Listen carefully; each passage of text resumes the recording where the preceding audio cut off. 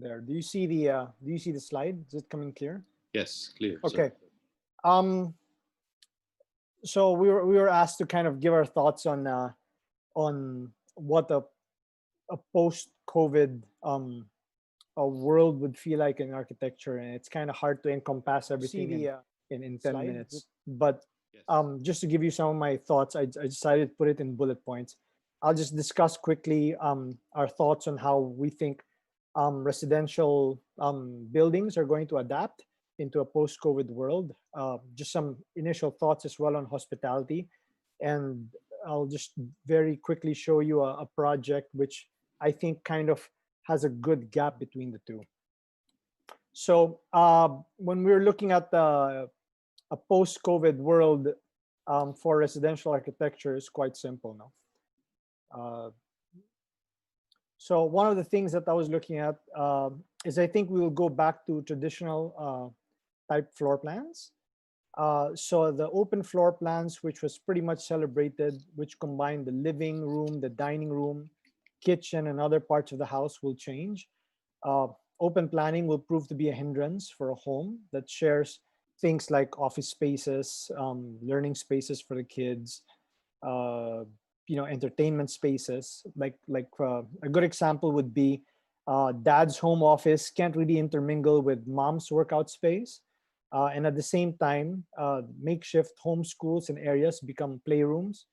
And so the flexibility of using partitions, movable dividers, transformable furniture will allow for better flexibility in the design. Uh, Foyers and mudrooms, I think, will become one of the new norms. We never really needed mudrooms in the tropics, as we don't really have the problems of snow and wet clothing thawing into our house. But I do foresee that such a room can be used as a disinfectant or sanitation room prior to anybody entering a house. Alternatively, the integration of large foyers complete with cabinets, shoe racking systems, lavatories prior to entering the house can be a acceptable conversion for some of our residential houses. Um, of course, you've got the work from home. The rooms should also be better planned for functional work areas, lighting, acoustics, temperature control. The old ways of working, where you have a dining room or living room and a laptop, will really no longer work. Uh, Such type of space can make people more productive working with home and less distractions if you have proper home offices. And of course, keeping in touch with nature. Uh, the need for atriums, balconies, patios, gardens, or even vertical gardens to hang pots and vertical wall gardens would be integral in having to commune with nature. As more people stay at home, many have shifted trend of garden spaces that would be necessary, no matter how small, within a home. We also have the exercise room. With more restrictions and fitness centers, people will be spending more time at home. And where does one exercise when your partner's having a conference call from the office? So I believe that home gyms and workout areas will be just as important as a home office. And of course, finally, we say less is more. Uh, so during the ECQ lockdown, we started learning that we could actually survive with a lot less luxuries and things. I think people have, as people spend more time at home, they will begin to shed a lot more things that they don't need. Space will be at a premium, so those old golf clubs that you've had in the shower closet or in your garage will definitely be repurposed and be thrown out, as more space will be required within the house. Now, jumping to the hospitality sector, uh, quite simply, I believe that economy type hotels will have a faster return than the luxury type hotels. That's in part because economy hotels are better able to tap segments of demand that remain relatively healthy despite travel restrictions. So they still have access to things like businessmen, seamen, long-staying backpackers, truck drivers, transient healthcare workers, frontliners, even tourists who come to the country and have to be quarantined for 14 days before entering. um, that's where economy type hotels will be able to gain better ground. All hotels do have their fixed costs, but economy hotels will have more resilience as they have the ability to use things like family labor or to mitigate some of their variable and semi-variable fixed costs. So smaller scale properties also make more suitable for managing semi-fixed costs. And of course, smaller economy hotels tend to have less rooms, so less guests, which is very positive in a post-COVID world. For travel habits, I believe hospitality segment that rely on conferences and industries or industry events like MICE centers, MICE meetings, incentives, conference, and exhibitions. They will likely be the last to return. And again, that's a personal view. In leisure, we already see that traveling to visit friends and relatives have started to return first, uh, which means they pretty much travel by car. Travel restrictions combined with economic uncertainty will likely translate into higher shares of domestic and close to home travel. Uh, Visiting other parts of the country or going to second homes will dominate the landscape, while longer international leisure trips will be slow to return. And travelers, I think, will expect greater flexibility when it comes to flight cancellations, hotel cancellations, or change order fees. Of course, the key for economy type hotels will be for them to give travelers the security of sanitation and hygiene in all levels of the property. And this is, I think, where the the niche comes for small luxury type hotels. And that's a special place for them because they will offer exclusivity, being small number of rooms, island setting type of places. They'll have the capability of showing hygiene in all levels. Of course, small luxury hotels always have a great F&B, and being a small property, it's always easy for them to manage their fixed costs and flexibility on their price points. But above all, they still give the luxury experience, which is very critical, right? So I'll show you a quick project of how those two thought process kind of intermingle. This project in no way was designed with a pandemic in mind. It just kind of Forrest Gumped its way into being able to adapt to the situation, which I thought would be a good project to show. So the project sits in Australia, southwestern Australia, a place called the Oaks. It's a 125-hectare property, so it's got a lot of sprawling space. The mornings are absolutely beautiful. You've got the sun kissing the landscape, and then you develop this sort of mists, and it's just a absolutely magical place to be in. It is primarily a thoroughbred stud farm, and people send their horses here for training, for conditioning, and for rest and recreation. It's both for the homeowners, horse owners, and the horses rest and recreation. Of course, you have other critters that dominate the landscape. But the property itself is broken down into three areas, which makes it a very post-COVID, post-pandemic friendly location because you have the farm stay, the homestead, and you have the stable section. So the farm stay is what we developed. The homestead is currently under renovation, and it's currently what we are converting into our pre-entry to the farm stay, and it's where people get checked. This is like the mudroom, but of course a larger, more glorified mudroom. Then you go into the farm stay, and this is the farm stay, and the farm stay happens to be divided into pavilion type settings. So we designed the rooms to be individualized, and we embedded them into the hill. And so we use earth mass to be able to keep the rooms heated and cooled. Then you have the living pavilion, the games pavilion, and master's pavilion, the gym, which are again all separated in different types of pavilion settings. So this is the dream when we were imagining it, and this is the reality of what the structure looks like.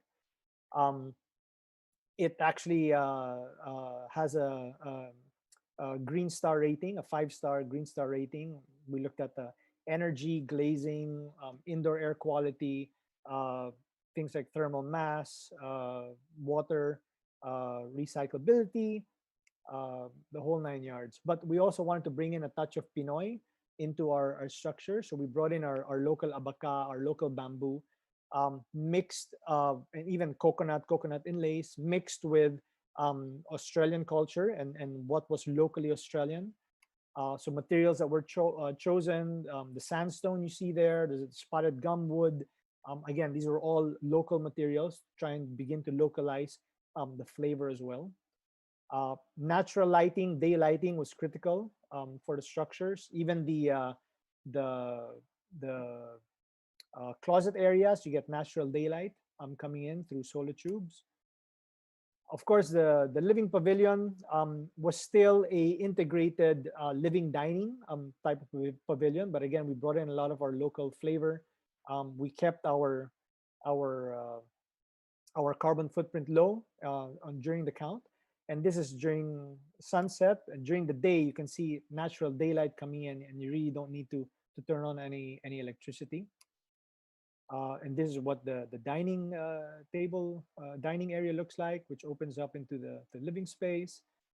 We have a game room, again, segmented, which we wanted to bring in a local Australian flavor. So we looked at Australian art, didgeridoo.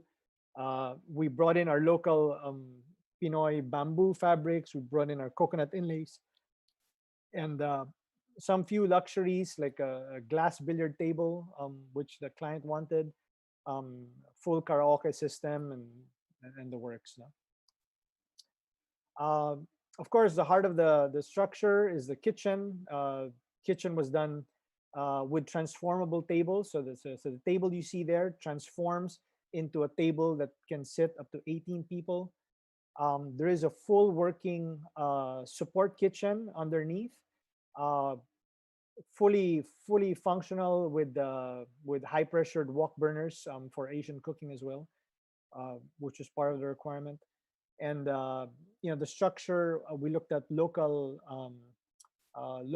landscape, local flora and fauna, and we also looked at how uh, the uh, the landscape that we introduced would actually affect the existing wildlife within the structure. When it comes to sunset, the place really turns magical. It's an absolutely wonderful sight. The fire pit gets going, and from the fire area, from the fire pit you can actually see the Sydney skyline as it goes into its sunset.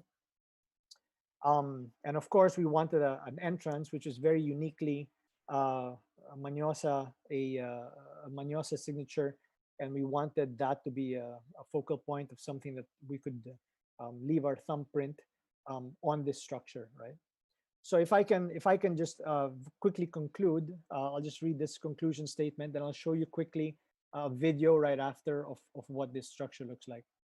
So architect Louis Sullivan once said that form follows function. And my late father, Francisco Bobby Manyosa, would jokingly say that architecture has been led astray so much to the point where form follows fashion. When many architects turned inward into theoretical discourse that grew increasingly detached from practicality in design, there is now a feeling that architecture needs to be both theoretical and pragmatic at the same time. Our lockdown isolation from life, social knowledge, and discourse, I believe, has truly harmed us all. Everyone on the planet has gotten affected by it. There is no one master architectural solution to moving forward after a pandemic. If I can quote architect Elizabeth Diller, who once said that this is a problem that is going to be solved by medicine, and it's not going to be cured by architecture. So I believe post-pandemic architecture carries a social problem, an economic problem, and a moral problem. You can't find a solution without the help of all the other friends in the industry. And that's from government to private sector to the academe down the line. Moving forward, we really must look deep into ourselves and create architecture that is sustainable, local, flexible, adaptive, responsive, has accountability, and carries moral ethics rather than architecture that is based on one's ego. And hopefully, we will really embrace the true meaning of what form follows function means.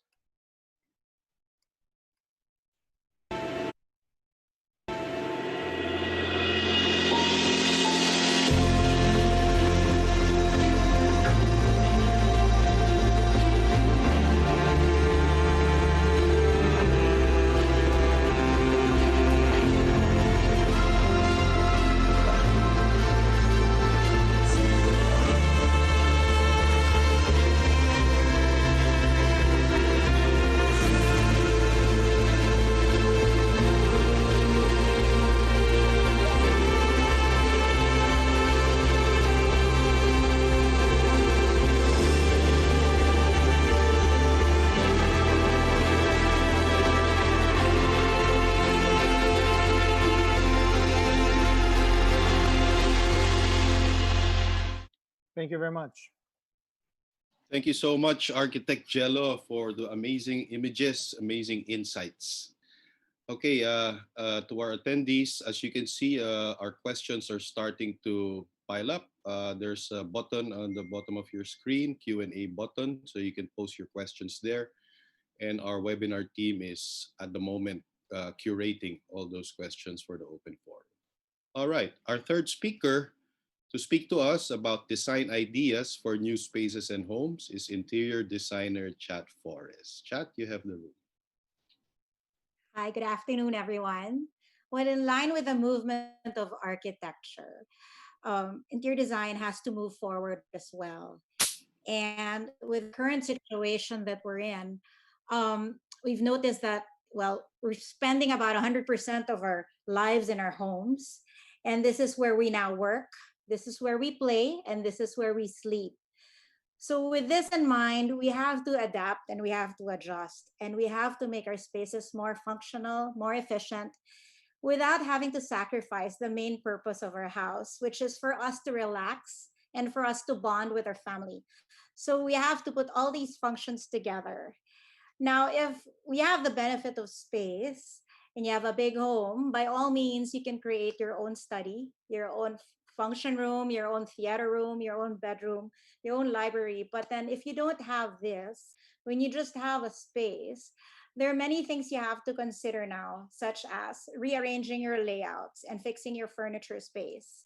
Another thing is getting rid of your all your clutter and unnecessary things. But there are items or collectible pieces that clients do not want to get rid of. So, how do we do that?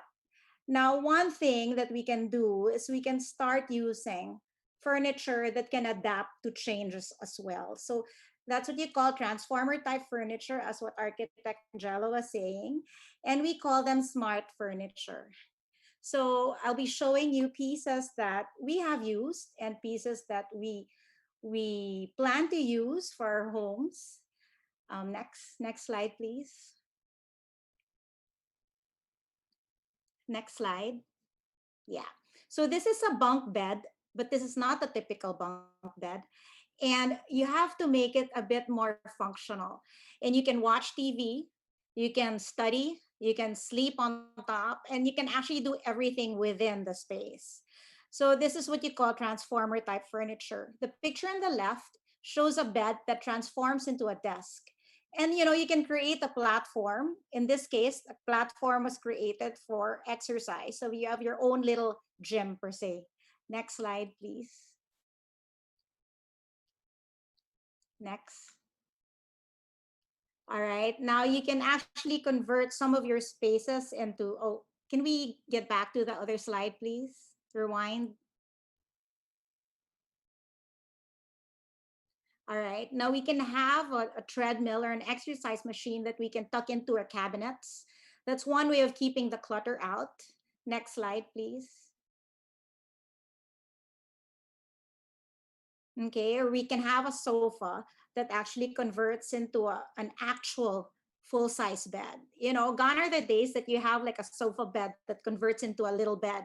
No, let's deal with something more comfortable. We have a full size bed or a queen size bed convertible. So it doesn't mean just because you have smart furniture doesn't mean that you have to adapt to a very functional looking utilitarian space. No, you can have something very contemporary, very modern or transitional. You can have anything. Next. All right, here we have another queen size bed. And you notice that we never changed the scale or the proportion of the furniture pieces. One thing wrong with having small spaces is that people tend to sacrifice the size of their furniture. You don't have to. What you can do is keep that size of furniture, but take away those that you don't need. So you still have the right proportion and scale in a room. Next. Next, please. All right, here you have a little bit something more, you have something more luxurious. You have a sofa bed that converts into a queen size and you have your shelving. So it's practically a room within a room. Next.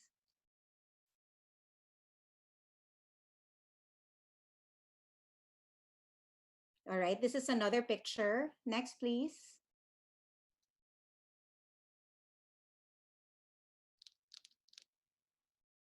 All right, this is another view of the bunk bed. And this is a table that you can convert from a side table to a table for four and to a table for eight. Okay, these are extendable tables that are very, very popular. And one thing also that you have to consider when you buy transformer furniture is that these tables have to be very easy to use. Now, this is a console table that you can slide out and it becomes a desk, or it can become a dining table for four. Or you can have a table tucked into the sofa, similar to the airplane chairs that you can swing out the tray and you have a tray in. Nowadays, younger people can work anywhere. I noticed that they can work on a sofa, they can work on a kitchen counter. I mean, they can work anywhere, even the balcony. So these pieces of furniture are very adaptable. Next, please.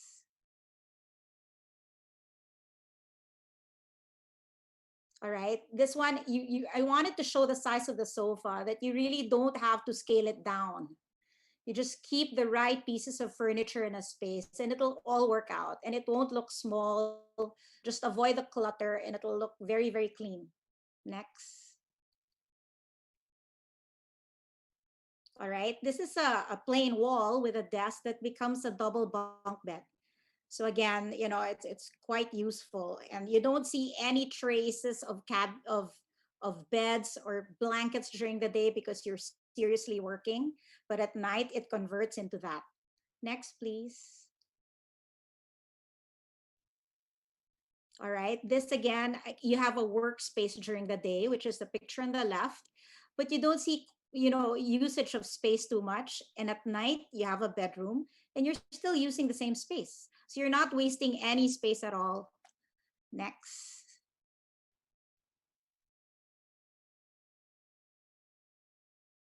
Next, please.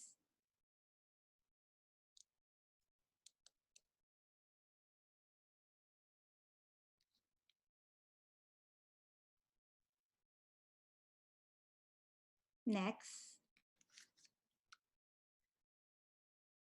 All right, this is a desk that you can pull out. Oh, this is a TV stand, which you can slide and out comes a single bed.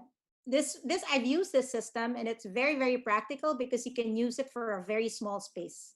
So you can put it against a wall and you can have it as an extra guest wall. Instead of a guest room, you can call it a guest wall. Next. Okay, here you have a very plain wall that converts into a double bunk bed. All these pieces are very useful for condo units or smaller spaces. Some people even use it for an extra room in their home as a guest room. So you can convert like a guest room with a lounge into something of a bedroom. So it depends on the usage. Next, please.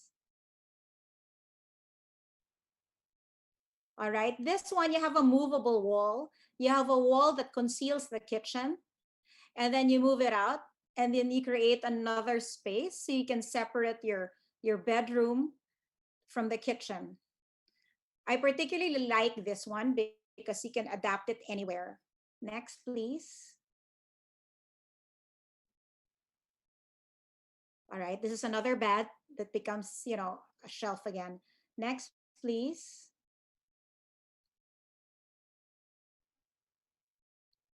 All right, I love this one because people have a lot of mezzanines and they have their second floors, extra spaces. And when you have nothing to do with those spaces, you can actually have a sofa and you can have a study, which is the picture below, which is typical of some houses. And that's where the kids study. And you can convert it at night, it becomes two beds, and you actually can convert that space into a bedroom. So it's pretty useful when you have guests in the house as well. Next, please. All right, this one you can make your own transformer type furniture. The picture on the left shows a futon, and that extra platform hydraulically can be lifted to create a dining space or a desk. The one on the right is a movable wall. When you open it, your whole wardrobe system is inside. This one I particularly like because he created a whole system where you have, oh, next please, sorry. Next. Okay, you have a system where there are four corners that you can use. You have the sofa, and then you have a desk. The bed is on top, and there's a surprise in the next slide. Next, please. Okay, you can put your bike storage. And nowadays, people have been biking more and exercising, and you can actually put your bike within part of the system. Next, please.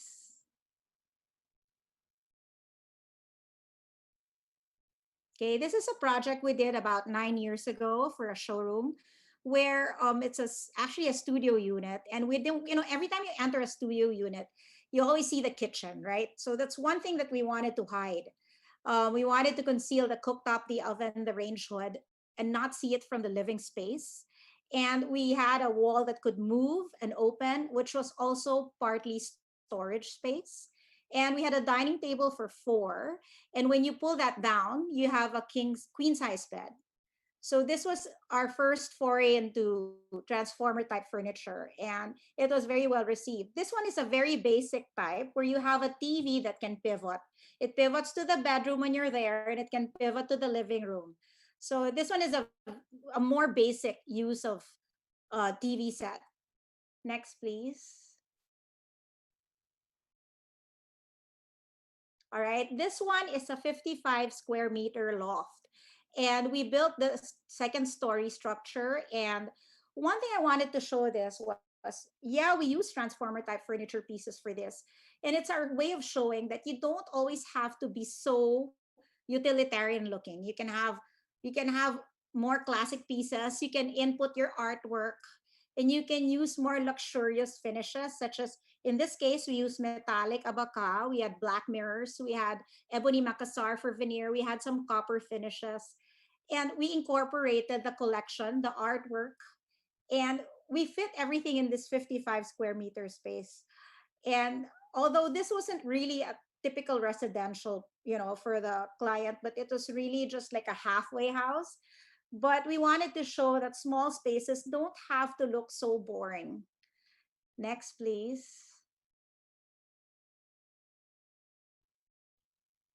Yeah, we incorporated the same kitchen system, and this is how it looks when it's open.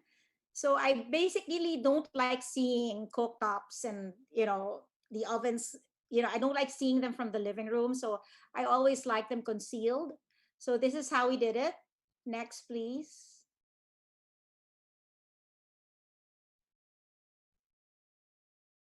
All right, here we also have transformer pieces.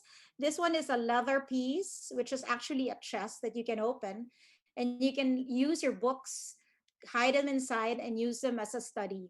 So when it's not in use, you can fold it back and it becomes like a chest. So just to show that you can use leather, you can use wood carvings, you can use all these pieces and mix them together. So there are many ways to skin a cat.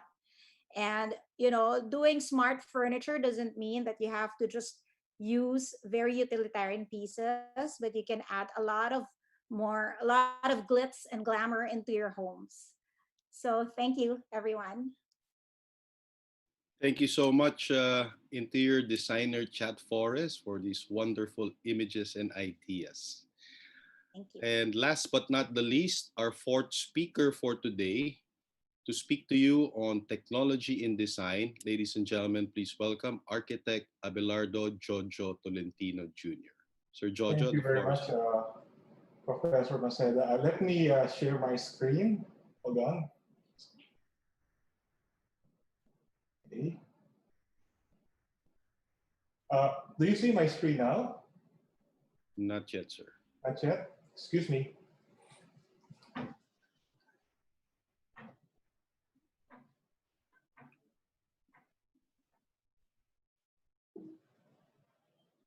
Hold on. We'll try it again. Huh? All right.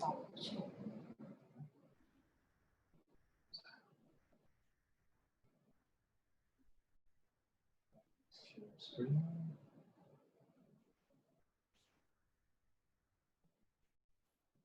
There you go. It's on, There you sir. go. Yes. Okay, thank you everyone, and it's my pleasure to be here.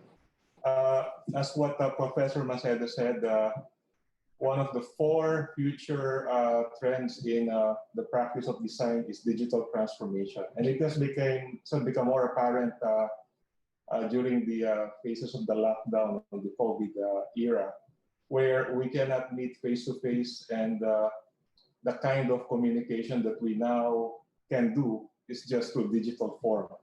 Uh, Unfortunately, the design industry are one of the late adapters of digital transformation. The technology has been available for several years now, but uh, it's only recently that many of our industry has picked up on this technology. Now, our firm, IDEA, has always seen the importance of merging design and technology. In the past, the design and technology integration happened just in putting together the different design disciplines. Now it has become apparent that even the way we communicate and collaborate has to be digitally transformed. And one of the growing trends in design is what we call virtual design and construction, or VDC. If you've heard of building information modeling, BIM, some of the uh, more popular softwares are Revit and ArchiCAD, those fall under this concept of virtual design and construction. And what it really is that it departs from the old way of doing things, where in the past where we're doing AutoCAD, we do things in 2D, and therefore our process is very 2D based. Now we work on models, or everything is in 3D, so we virtually prototype everything that we do, and we use that prototype for us to get data, to analyze, to improve the design, and ultimately to document and use it for downstream work.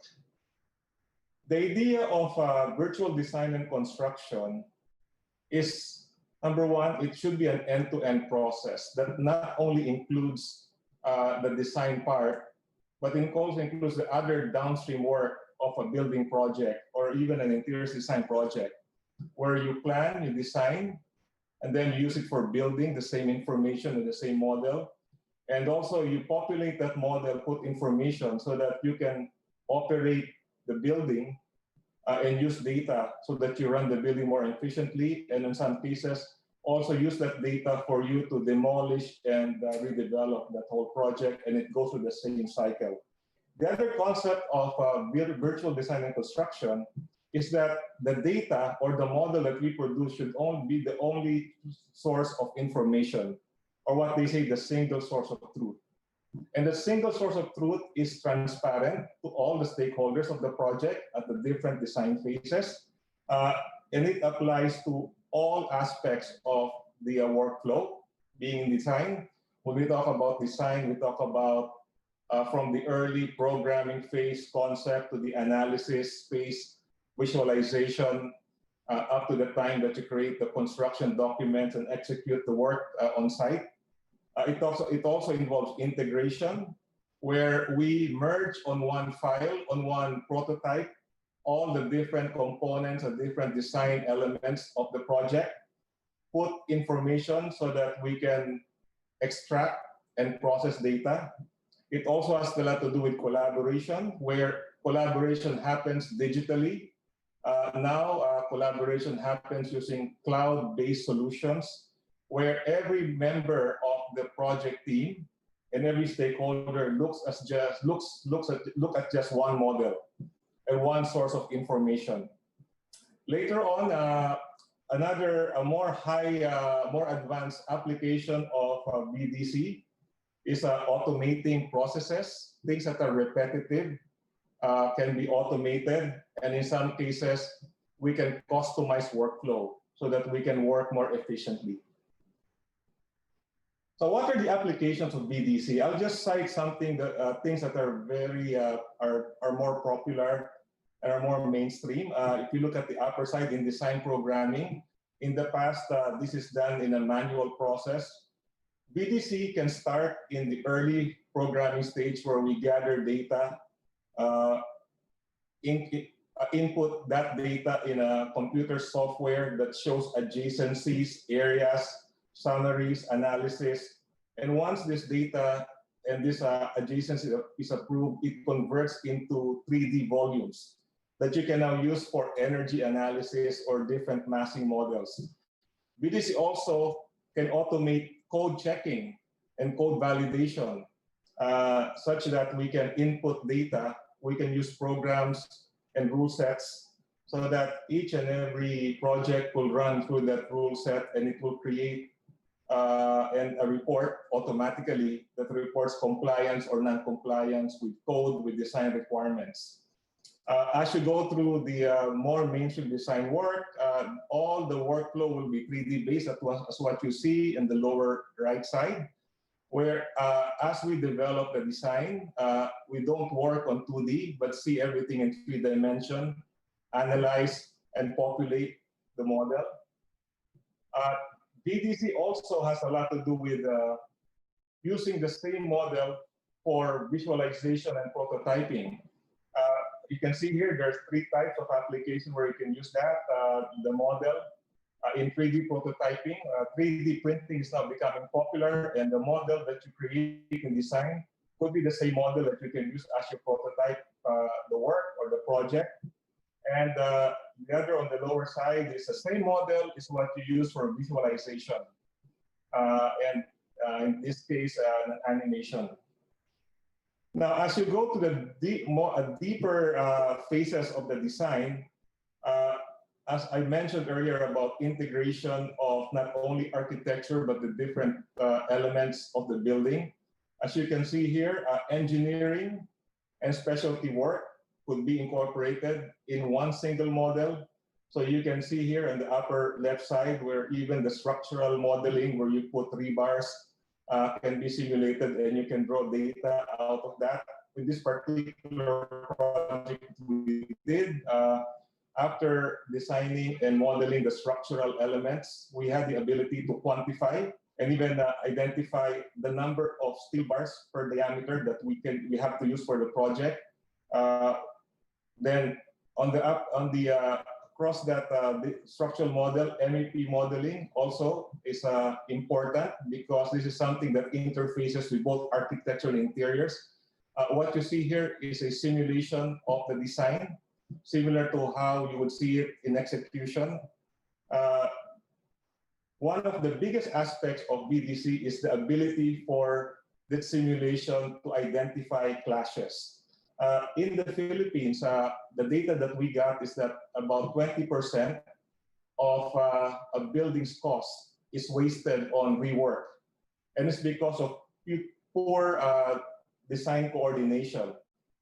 With BDC and with the 3D technology, you can identify clashes automatically as you write the rule sets so that you can resolve these clashes while it is still on paper, on a digital form, correct it so that when you go to the documentation stage, you will see you can create documents for execution on site that are close to being clash-free, which translates to a lot of savings.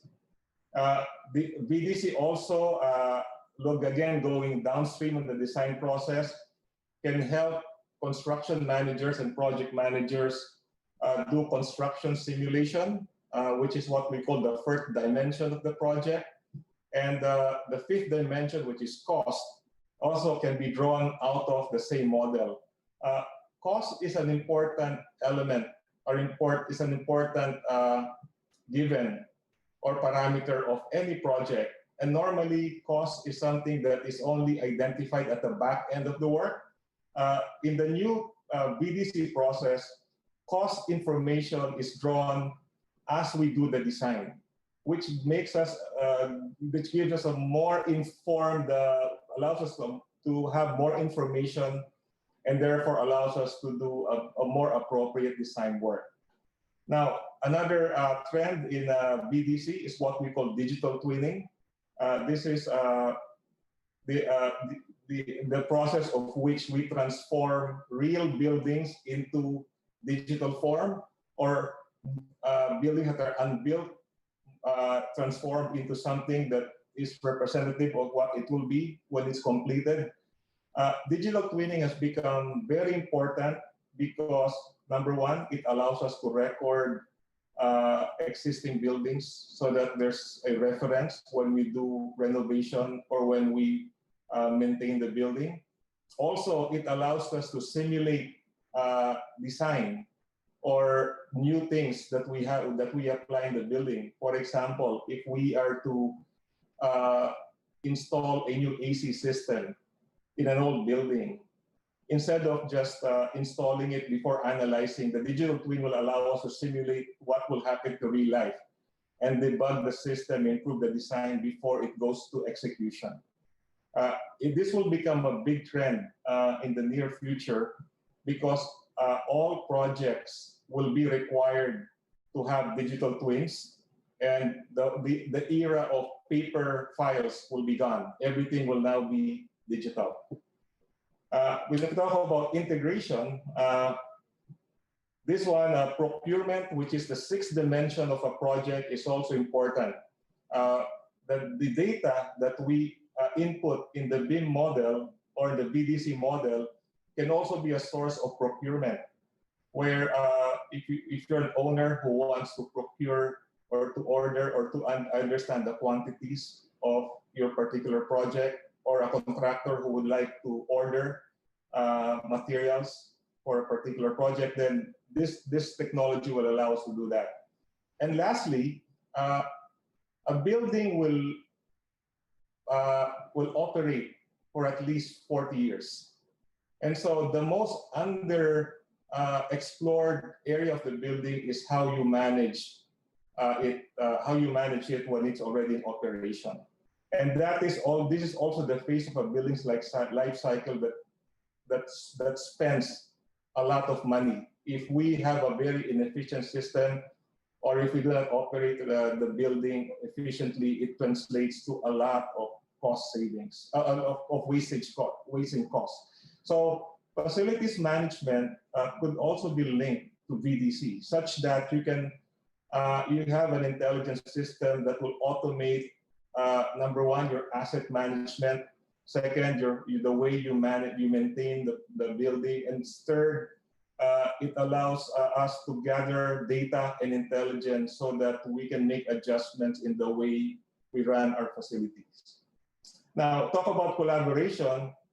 Virtual design and construction, since it's digital, allows us to share and collaborate virtually in real time. And some of the ways to collaborate is to virtual reality, where a model is beamed on one-to-one scale, viewed in VR, and shared with participants from using different devices anywhere in the world. It could also be through mobile collaboration, where we can share information through your mobile device, such as the iPad and your mobile phones. And all of that can be done through what we call the cloud collaboration technology, where either you host your servers privately or you use private cloud-based servers, so that all participants or all stakeholders of the project can log in and can view and comment on the project.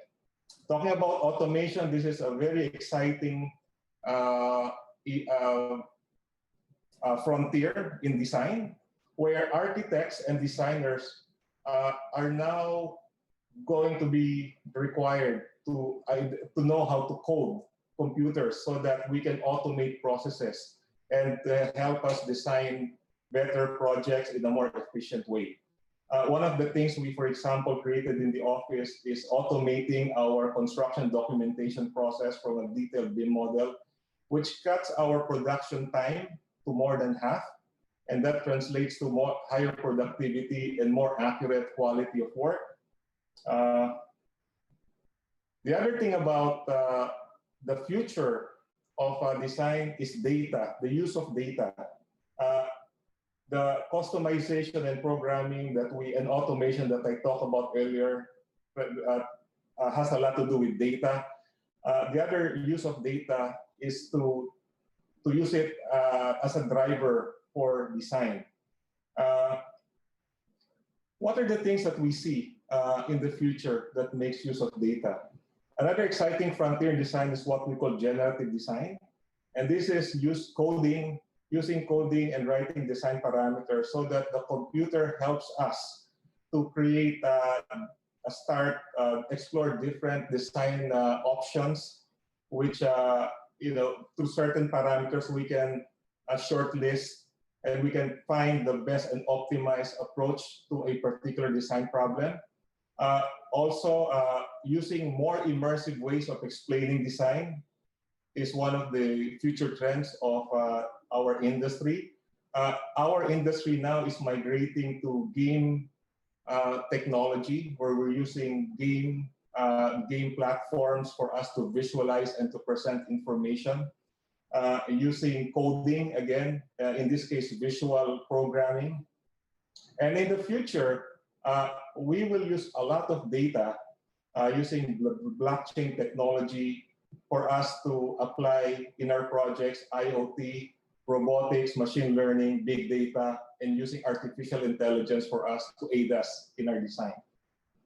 The goal of technology is for us to lessen the work that is repetitive and also to enable us to use data and to use processes that are automated so that we can spend more time in the creativity and strategic design work. Okay, my last slide is this. Now, how do we see the industry or the industry of design in the future? At present, the way we see designers, the traditional way of seeing designers is that we are technical experts, we're contractors, and we are project managers. But in the future, we see design not only as designers, as not only professionals being experts in design. To us, being a good designer is only the entry point of being a good designer. But we also should be integrators, strategists, design thinkers. Our scope will become bigger. We are creativity consultants, technology providers. We use data a lot. We know how to program, or we have an understanding in programming, and find a way for us to use programming and data in our design work. We are makers, and in the end, we are educators. So that's my short presentation on technology and design, and thank you for the opportunity. Thank you. Thank you so much, Architect Jojo Tolentino. And it may seem daunting with all these high-tech technologies you're using, but we take solace in the fact that today's students are digital natives. Yep. All right. So we will dispense with the closing statements and jump right into the Q&A and reserve the closing statements for the end of the webinar. We have more than 100 questions, and unfortunately, we won't be able to go through each and every one of them. But let me first pose a question to our first speaker, Architect Palafox. This question on YouTube. I noticed a lot of infrastructure in Metro Manila has failed due to poor planning. How do we go about finally implementing the proposed urban plans like the Estero rehabilitations and EDSA elevated walkways, etc.? And a related question from Mr. Aldrin Agbayani, who will fund these rehab projects? Sir Jun? Yeah. Thank you. Good question. It's not lack of urban planning, lack of implementation. Like I mentioned about Metro Plan 1976, we said that time with a do nothing scenario, we'll have catastrophic traffic, flooding, not prepared for disasters, garbage, and all activities. We said that 1976 before I started working in Dubai and elsewhere in the world because there's lack of continuity and all successful cities in the world, they have visionary leadership, strong political will, good appreciation of urban planning, good appreciation of design like architecture and engineering, and good governance, and lack of community, continuity. The other one, if you do a good plan, the plans we do, we also do a business plan. So once you do the plan, it's easier to get funding. Like the elevated walkways on EDSA, it's going to be funded by Asian Development Bank. Finally, the circumferential road number 6 being implemented now was planned in 1945. The light rail transit should have completed 8 lines by 1992. So it's not lack of planning, it's lack of continuity and continuity and what they call institutional memory. Yeah, we have the best plans. Even architecture, we have the best most architectural offices in the world. Back rooms are Filipino architects, and we have we have it. We have those plans, but there should really be like smart cities. Smart technology is supposed to have smart cities, smart governance, smart people, smart transportation, and so on. And once we have that digital infrastructure that Architect Jojo has done it in a macro scale, you could even work from home in Zamboanga for a job in Makati. And I've written after I guest lecture in Harvard and MIT, Soho, a small office, home office. And that's the working from home right now. I wrote that 1998. And we're always behind unless our Asian neighbors, they implement quickly. I hope I answered that question. Thank you so much, Sir June. Let's field the question now to Architect Jello from an anonymous attendee. Factories and other mass gathering will eventually open.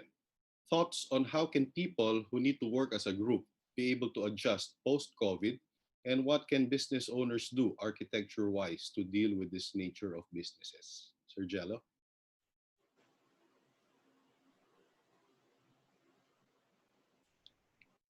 Sir Jello?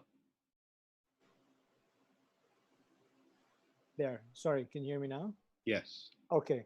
Um, Again, in a post-COVID world, um, architecture can only really do so much outside of what we're already being told of doing social distancing, keeping our hands clean. We really don't have proper viable solutions outside of many that have already been brought up. No, you asked me what's the solution. Personally, I really think it's not an architectural solution, but a medicine solution as well that will end up fixing some of these issues. But definitely, moving forward, there is that social moral responsibility that we all have to kind of look and begin to integrate, and we as architects really have to start changing the way we design. And definitely the word space, which is always a problem when we talk about different types of projects. Space really is at a premium, and that's in a post-pandemic world what we all actually need. So it would pretty much be the same. I mean, do your social distancing. You'd have to uh, start putting schedules for your people moving in and out. Um, Large room spaces would have to be segregated. If you can't segregate your people, you'll have to segregate your buildings. But moving forward, ideally, you'd have that ability to do those kinds of transformations as opposed to doing the business as usual. Thank you, Sir Jello. Our next question is for interior designer Chat Forrest from K. Patricia Picasso, who is from UP Design Corps, an interior design academic org from UP.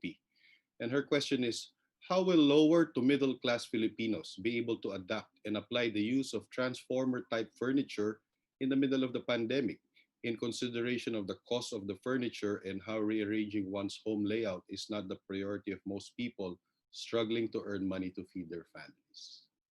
Ms. Chat? Is this lower, mid end? Yes. Yeah, lower to middle Well, class Filipinos. how will they move into transformer? Yes. How will they be Well, able if to adapt and simple, if they're apply? not thinking about it, yeah, if they're not thinking about it, why do it, right? But I'm applying to people who want to fix it. So Okay. for those who cannot afford the higher end pieces, because I know they're kind of expensive, they're the cost of a car. But for those who cannot afford, you can always be more ingenious. That's why we showed pieces that you can adapt, such as creating platforms in a small space where you can have like a banquette seat against the window or against the wall that you can lift up and it can have storage underneath. You can have the more basic transformer type pieces. And you can actually build in stuff into your systems, like your desk and your shelving can be built in to a system. And of course, you know, the price that's expensive in transformer pieces is the hardware. And it's hard to recommend pieces that are not reliable because they tend to not work properly and can actually cause bigger accidents. So I would say if for the lower end market and if you're trying to create a transformer type piece, it would be better to do your own thing. Like the one I showed with the bike storage, that's something that the guy made from scratch. And he had a storage. He created the system where you have four corners, one for storage, one as a desk, one for a living space, and the top is for a bedroom. So, you know, this is a matter of creativity. It's not how much money you have, it's more like how creative you can be. And this actually adapts to the user of the space. What does he actually do? Does he work from the house? Does he have a lot of clothes? Does he have like a lot of cooking materials? You know, it really depends on the usage. So you just have to be more creative and more ingenious in thinking of ways to transform pieces. Because, you know, when they asked me to do a layout for a showroom using these pieces and incorporating our own designs, you know that we had to show like 8 options and we had to stop because we were going on and on and on and creating more pieces. And I said, this has to stop because the client will have no, you know, he wouldn't be able to choose anything anymore because it's too much. And believe me, there are many ways to do it. And it's just so exciting. But, you know, you have to stop yourself. So being a student and creating these transformer type pieces, it's really fun to do. And you start off with a layout, you start off with a floor plan, and that's how you can do it, and then start off with that and move on to the elevations. And that's how you can be more inventive. Thank you. Thank you, Ms. Chat. And a question for Architect Jojo. Are these VDC technologies currently being practiced in IDEA? And if so, is it difficult for other architectural firms, big or small, to incorporate this kind of technology? And a related question, what challenges do you see Philippine firms encountering when making the full shift to VDC? Sir Jojo?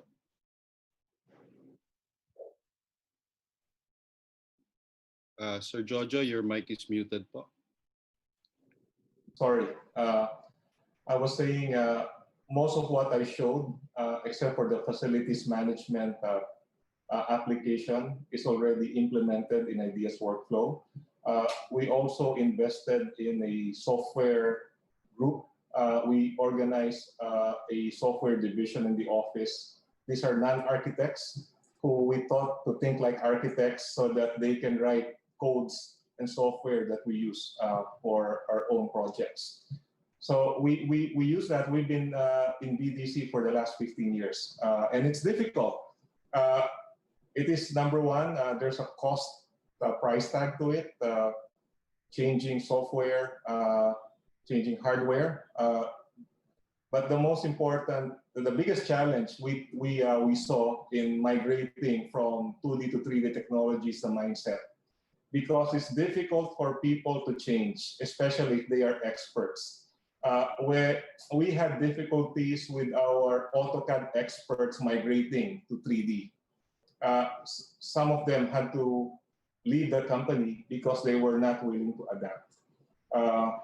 For smaller firms, the transition should be easier because you're not going to involve a lot of people. When we migrated to BDC, we had about 70 people, and we were working on I would say 50 live projects.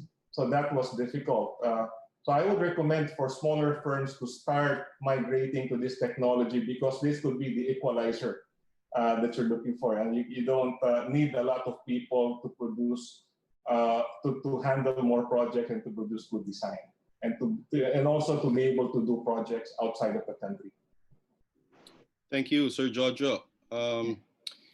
To all our participants, all your questions will be emailed and sent to our speakers. You'd also be happy to note that there are a lot of messages on the Q&A portion and the box saying that you've inspired them. Thank you for inspiring them. So at this point, let's finalize our webinar with some closing statements from each of our speakers. Your overall thoughts on the webinar today. Let's start with Architect June Palafox. Yeah. Yeah. Thank you for the conversation. Thank you for taking the time to have a conversation with us. And you can see in here lessons takeaway. So architecture, design, and urban planning is the art and science of placemaking. It's connectivity, convergence, collaboration, integration, multidisciplinary. It's not in silos. So we all intersect in the built environment. And putting together to a built form, space, time, form, function, art, science, technology, culture, history, and so on. And our overarching guidelines in our office is people first or social equity, then planet Earth or the environment. Then we can talk about prosperity and profit, economic goals, then culture, history, and heritage, and interfaith architecture. And we just don't do architecture for those who write the paycheck to our professional fees. We think of the end user. We think of the beneficiaries if we do a good job. We think of the sufferers if we do a good job. And one of my professors in Harvard used to tell us, this century will be a re-century, reimagine, redesign, re-engineer, re-architecture, and hopefully we'll have urban renaissance. And we design and plan not for our generation, but future generations as well. And there's no playbook, they say, for this pandemic or post-pandemic, but we can look back. Hippocrates, 400 BC, of medicine and science, he said the physical environment will have a direct effect on the spread of disease like epidemics. And then Florence Nightingale, the nurse, he said every hospital must have direct sunlight and cross ventilation. And we look at some of our hospitals here, some rooms or even ICU, they don't have sunlight and so on. And then in the 1600, 1800, there was an epidemic in London. So what did they fix? The sewerage system, sanitation, water, and so on. And in the US, Frederick Law Olmsted, he created more than 100 parks and open spaces. Those parks and open spaces are the lungs of the city. It strengthens, enhances our immunity. And he did also Central Park. So a lot of lessons to be learned also from the past and bring it to the future. And as who said it, never, I think Winston Churchill, never let a good crisis go away. And Henry Kissinger said that everybody's so busy addressing this pandemic. We should have an enterprise looking forward, planning ahead for the transformation into the New World Order. And the New World Order started last March 16, the lockdown. And expect this, there will be COVID-19, COVID-20, COVID-22, or the rest of our lives. So it will be a completely new world. And I hope architecture, design of spaces, urban planning will be able to address the futures. Thank you very much. Thank you so much, Architect June Palafox. Let's hear the closing statement now from Architect Jello Manyosa. Sir Jello. Yeah, thank you. So what I basically have been showing you here is kind of what we do and how we do it, no. But very few people understand why we do what we do. You know, what's our sense of purpose. As we start looking at, as Tito June says, you look at the past designs of our forefathers. If you localize it, it's the guys who gave us the Bahay Kubo and then later evolved into the Bahay na Bato. You know, we ask ourselves, what's next for the future of Philippine architecture? How do we give continuity to the evolution of a culture as a people? How do we elevate a sense of pride in innovating Philippine design in a post-COVID world? We challenge ourselves with these questions every day, with the ideology that architecture must be true to itself, its land, and its people. This ideology kind of makes us wake up every day to showcase the best of Philippine design to the world. And that's really our what we consider our sense of purpose, and that's our contribution to Philippine architecture. Thank you. Thank you so much, Architect Jello Manyosa. Let's hear now from interior designer Chat Forrest. Miss Chat? Yeah, with interior design, we really have to adapt to the changes. And such a change is something like this. It's a disruption, and economically and everything else, we're all affected. So design has to adapt to these. And on a smaller scale, yeah, let's fix our spaces. We'll fix that, but it all comes to function as well. And one thing we have to think of also for our homes and buildings and interior settings, because mostly our company designs a lot of amenities for buildings and residential condominiums and office spaces, like we do the lobbies and all. And one thing that we have considered is we have to start adapting to things that cannot be touched. So we have to adapt to not only COVID, but everything else that may come later on, sensor type, sensor type bathroom fixtures and fittings, non-porous finishes, um, things that the bacteria can't penetrate. We have to have disinfection areas, even for delivery of Grab, messengerial services, packages, couriers, and we can't just put them directly in the mailbox. We have to have a room already for disinfecting these packages and a separate entrance for them. So in interior design, you really have to consider function first before anything else. Of course, beauty second, but we have to consider function, and that is one thing that we are adapting to right now. And truthfully, we're still in the learning stage because we haven't really studied the whole process of the virus. We don't even know what exactly causes everything. So once we have the complete study of that under the medical field, then we'll be able to seriously adapt to all these changes. Thank you. Thank you so much, Miss Chat. And last but not the least, let's have the final words from Architect Jojo Tolentino. Sir Jojo? Well, as what this pandemic has showed us, digital transformation is important in our business. It's an idea that its time has come. So all of us should face the inevitable and find ways on how we can transform our business digitally. In the past, digital way of working was just an option, but now it is the norm, and that's the future of doing business. I believe that this pandemic also brings opportunities. If we were to be digitally enabled, if you think about it, we can provide our expertise and our service anywhere in the world. We can procure skills and talent, not only in the Philippines, but wherever we need to get it. So the important thing is mindset. Change is always difficult, uh, but change is also important.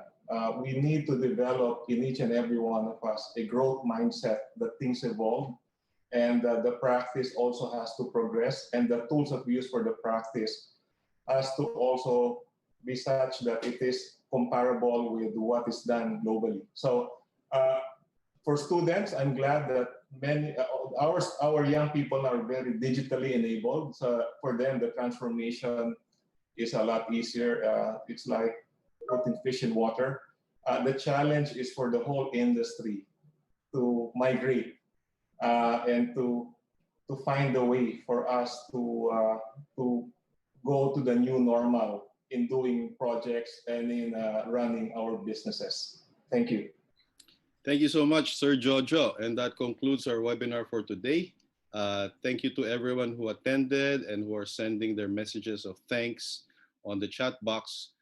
Just a little note, our webinar team will choose the best questions to be answered by the speakers, and we will relay the answers through an FB post. So please stay tuned to the Enderun College's Facebook page. Thank you, everyone. Thank you to all our dear speakers for today's webinar, and more importantly, for accepting our invitation to be members of the advisory board of Enderun's College of Architecture and Design. And for all the young ones out there, the students, here you have it. If you choose to study these disciplines, consider studying at Enderun, and you will be learning from the best. And with that, we'd like to thank everyone, and I hope everyone stays safe, and God bless, and have a great afternoon. Thank you so much. Thank you very much. Thank you. Bye-bye.